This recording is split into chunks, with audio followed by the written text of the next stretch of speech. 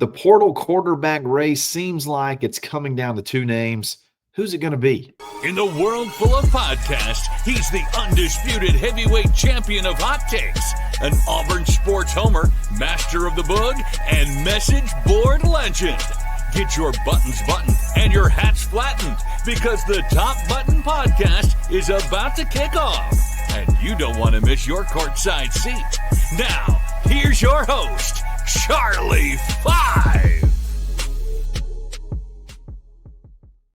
Yes, sir. We're back. It's another episode of the Top Button Podcast. I'm your host, Kyle Rush, a.k.a. Charlie Five, and we are ready to get after it. Happy Thursday. Happy second big visit day of the portal. You got some guys here right now that stayed the night. They're going to finish up their visits today, and you got new guys coming in. A lot of action, just left and right. News left and right, updates on visits, all kind of stuff. And it seems like the quarterback as far as who the quarterback portal search seems like it's coming down to two names, and we're going to dive into the pros and cons of each and discuss that, and as well as give you some updates, recaps on some of the guys that have already visited or are visiting right now. But before we do that, we got to give a shout out to Mybookie.ag. Use coupon code NEXTROUND for a triple up deposit bonus for just a little bit longer. Use the coupon code NEXTROUND. Go to the casino, whatever you put in, they're going to give you 3 times that back. Win there, then take it over to the sports book. Bet anything you can imagine, any way you can imagine. Easy deposits, easy withdrawals. It's mybookie.ag. All right, so the quarterback race. It's not even really a race. It's quarterback decision 2025 for the portal quarterback for 2025. It seems like it's coming down to two names. I think the original thought was, and they're both very good names, but I think the original thought was there were some guys that you had either indications of or that had maybe even via some sort of proxy had reached out that were other starters at some, pretty prominent schools. And maybe you would wait around on some of those guys, but for whatever reason, they have not materialized. And you got two really talented quarterbacks that one of them's in town as we speak, and one is scheduled to be in a little bit later this week. And we've talked about them both on the podcast. You got Murhpy, the quarterback from Duke via Texas. And then you got Jackson Arnold, the quarterback, the 5-star plus recruit that signed with Oklahoma. He's played there 2 seasons, and he's planning to come to Auburn, I believe, tomorrow. I think he's either late this evening or tomorrow, depending on how things go with Maalik today. So I think there's been a lot of discussion. Which one should we take? Who wants who? A lot of folks want one side. Some folks want the other. So let's just go through it. Let's just talk about the key attributes to me that you need to see in that need to be qualities that you look at as far as deciding which quarterback is the best. And, it's experience or success, however you want to define it. Arm talent, that also includes arm strength, mobility, and overall, and then just really like overall scheme fit. I think that weight's big too. So when you're talking about experience or success, however you want to look at it, I think you obviously have to give a little bit of a nod to Maalik Murhpy. He's coached for 2 years by Sark, which is obviously a huge plus.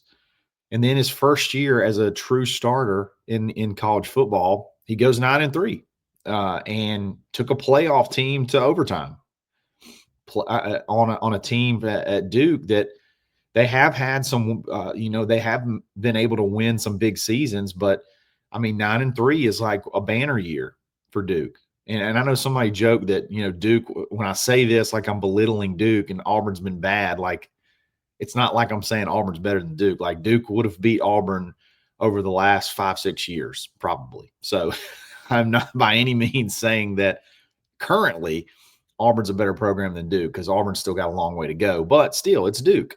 They have natural barriers to entry at Duke, no matter what in athletics. It's just a tough school to get into.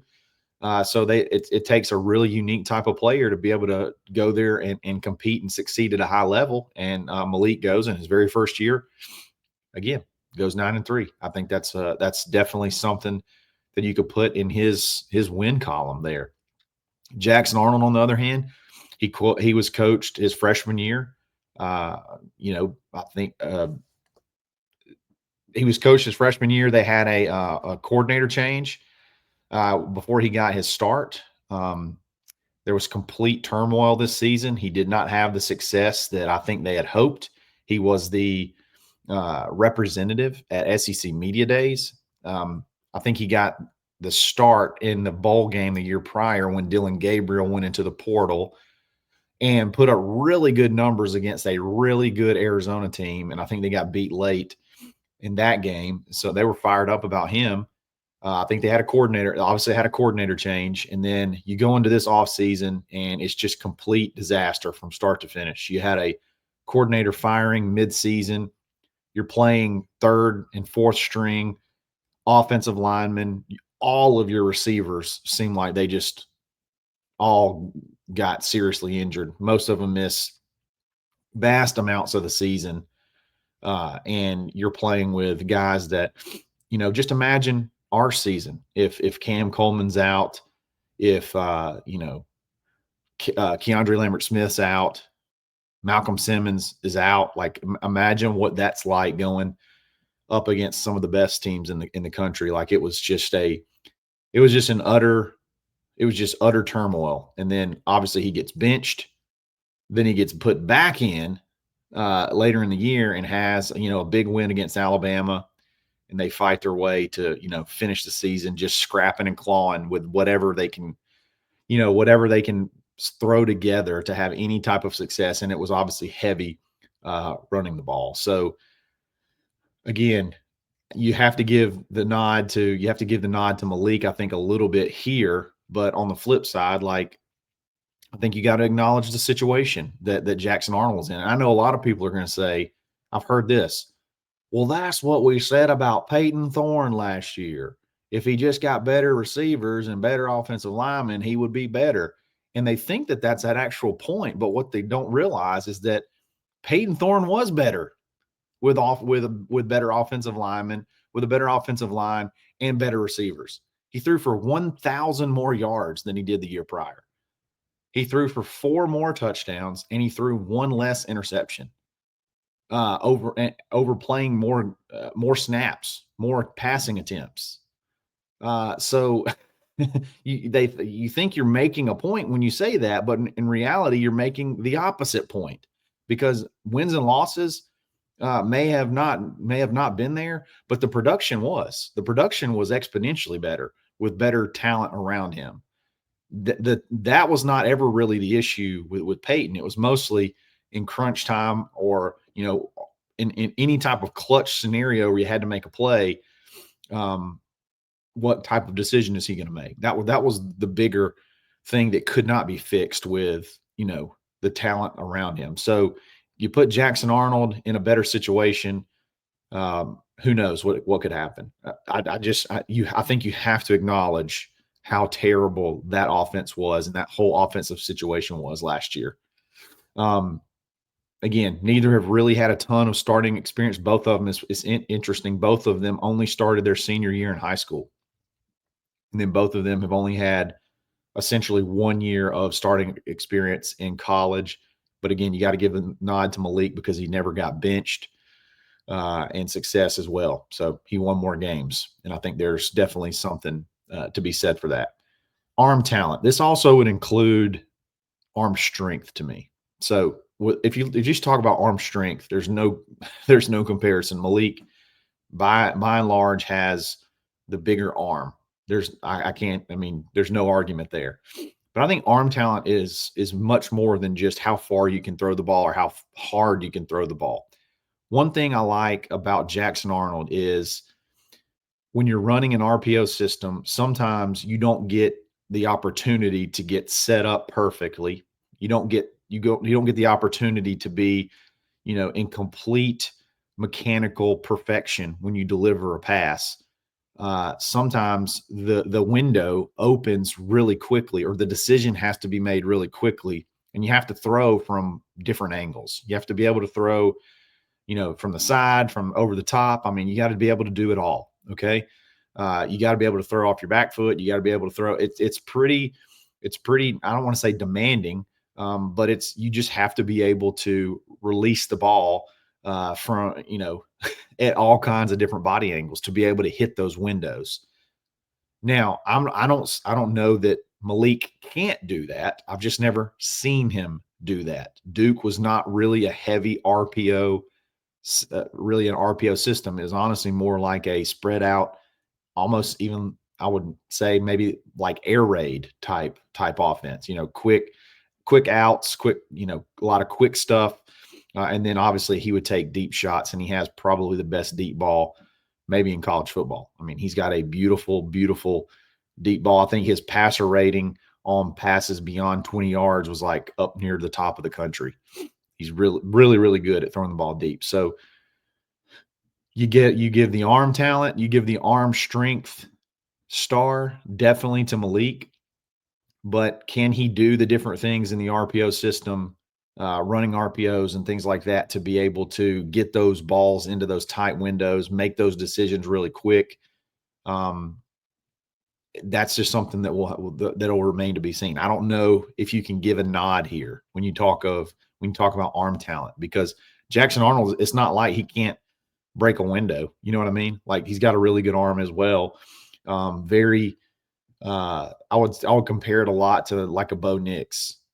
Not the most impressive rocket arm, but he can get it done, and he can throw again at multiple angles. So that one's tough. I think you win either way with those, because I think Maalik is an athlete, and he definitely can do the things that he's going to be asked to do. It's just a matter of you haven't seen it yet. You know what I mean? That's a lot like the concern about Jackson Arnold and winning. He's got the tools to do it, but you hadn't seen it yet. I feel the same way about Maalik and being able to throw off platform. I think that's what they talk about in the NFL. Be able to throw off platform at different angles. I think Maalik can do it, but you just haven't seen it yet. A lot of talk has been about mobility, and somebody used this on our board, and I think this is a better term to use, and it's escapeability. Escapeability and mobility are two different things, but I think the most important term in this system behind this offensive line, even if you were to kill it in the portal, is escapeability versus mobility. To me, mobility is I can run the read option. I'm a running threat. And I can gash you if you don't respect me for 15, 20 yards, or I can take one to the house. Escapeability is I can run around in the pocket. I can manipulate the pocket. I can do whatever I got to do to avoid the rush and still be able to deliver a pass downfield. And I think when you look at those two terms like that, mobility is not a requirement to me for this offense to work. I don't think you have to have a running, in quotation marks, a running quarterback to make this offense work. I don't even really think a running quarterback changes much of like the more, I guess, the effectiveness of the running of the offense. I mean, you look at some of the more, I guess, impressive or the more successful quarterbacks in this system under Hugh Freeze. You got Ryan Applin, Bo Wallace, Chad Kelly, Steven Calvert. Like, none of these guys you would ever label as a guy that could just, is going to light you up for 100 yards a game. They were mobile enough, and they had the escapability to be able to, to maneuver around in the pocket and make things happen, extend plays. But none of those guys, honestly, Maalik may be the I'm talking about Malik Willis, may be only the only real true dual threat guy that Hughes ever really worked with. So I know that the read option is a part of the offense, but it's really more of like a play. It's not like the foundation, the read option part of it. Most of the RPO stuff is the run to the running back. And then you have the pass, the different pass options that are off of that. So again, I don't think mobility is a requirement. I think it's a bonus. And Murphy, to me, even though he does not have positive rushing yards, he was only sacked 12 times last year. In comparison, Peyton Thorne, who I think most people would claim is pretty mobile, like he could be a running threat, was sacked 26 times. I know you're going to say, oh, that's the SEC versus the ACC. Well, if you look in the top 15 of sacks, top 15 teams in sacks, you got 5 in the ACC and you got 5 in the SEC. So, and then one of the, I think SMU is like number 1 or 2. They're definitely in the top 3 in sacks this year. And Maalik was only sacked 1 time versus SMU, and he took him to overtime, and he threw for almost 300 yards and 3 touchdowns, 0 interceptions. So escapeability seems to be very adequate with Maalik. I think he's an athlete enough to be able to avoid the rush. I don't think he's going to be a guy that's ever going to run for 100 yards a game. But he's been able, clearly in his one season, been able to avoid sacks in a conference that's, I mean, you got to look at talent on talent. Okay, so the offensive line shouldn't be as good at either as if you're talking about pass rushers and the SEC having better pass rushers, sure. But on the flip side, I don't think the offensive lines are the same either. I think the SEC probably would have a little bit better offensive line. So when he's gone up against some of the better pass rushing teams, he's been able to avoid pressure and still throw the ball like 40 times. So it's not like he's not throwing the ball against those teams. He's throwing the ball 40 times and he's not getting sacked. So that's big because I think that shows that he does have the escapeability to be able to make things happen with his feet. So I guess in encompassing the whole thing and looking at our roster and how it fits, I'd probably give the nod a little bit to Jackson Arnold there, just because I do think it unlocks another level of this offense that could help, especially if you have maybe a short staffed offensive line. But I don't think it's a requirement. So I'd give a little bit of the nod to Jackson Arnold, but I would weight this one very, very low because I don't think it's a requirement. And you just look at overall scheme fit. I think it's kind of like, that